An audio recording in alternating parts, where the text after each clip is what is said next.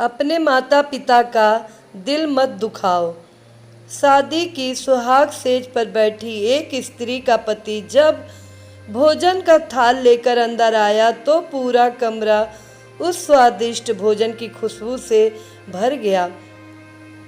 उस स्त्री ने अपने पति से निवेदन किया कि माँ जी को भी यहीं बुला लेते हैं तो हम तीनों साथ बैठकर भोजन करते हैं।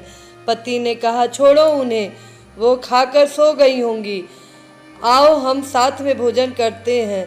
उस स्त्री ने पुनः अपने पति से कहा कि नहीं, मैंने उन्हें खाते हुए नहीं देखा है।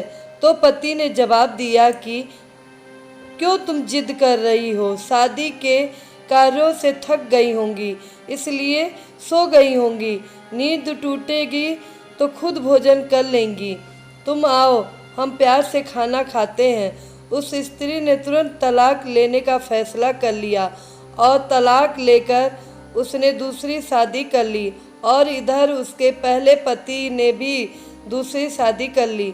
दोनों अलग अलग सुखी घर गृहस्थी बसाकर खुशी खुशी रहने लगे।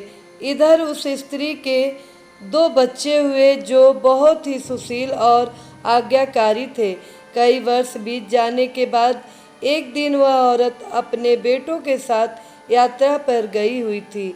एक जगह तीनों माँ बेटे भोजन के लिए रुके और बेटे भोजन परोसकर माँ से खाने की विनती करने लगे।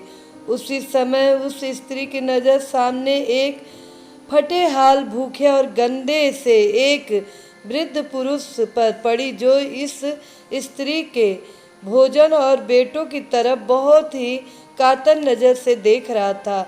उस स्त्री को उस पर दया आ गई और बेटों को बोली, जाओ पहले उस वृद्ध को नहलाओ और उसे वस्त्र दो, फिर हम सब मिलकर भोजन करेंगे।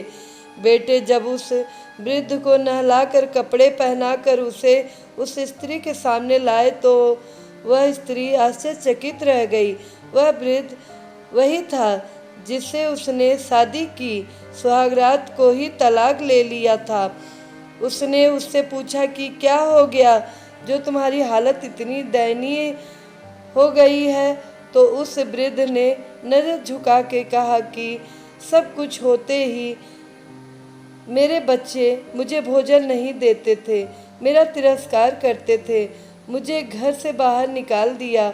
उस स्त्री ने उस वृद्ध से कहा कि इस बात का अंदाज़ा तो मुझे तुम्हारे साथ सुहागरात को ही लग गया था जब तुमने पहले अपनी बूढ़ी माँ को भोजन कराने के बजाय उस स्वादिष्ट भोजन की थाल लेकर मेरे कमरे में आ गए और मेरे बार बार कहने के बावजूद भी आपने अपनी माँ का तिरस्कार किया। उसी का फल आज आप भोग रहे हैं। माता पिता के साथ तुम्हारा सलूक एक ऐसी कहानी है जिसे लिखते तो तुम हो लेकिन तुम्हारी संतान तुम्हें पढ़कर सुनाती है। जैसा व्यवहार हम अपने बुजुर्गों के साथ करेंगे उसी देखा देखकर हमारे बच्चों में भी यह गुण आता है कि शायद यही परंपरा होती है। याद रखना, माँ बाप नाराज तो ईश्वर नाराज। धन्यवाद।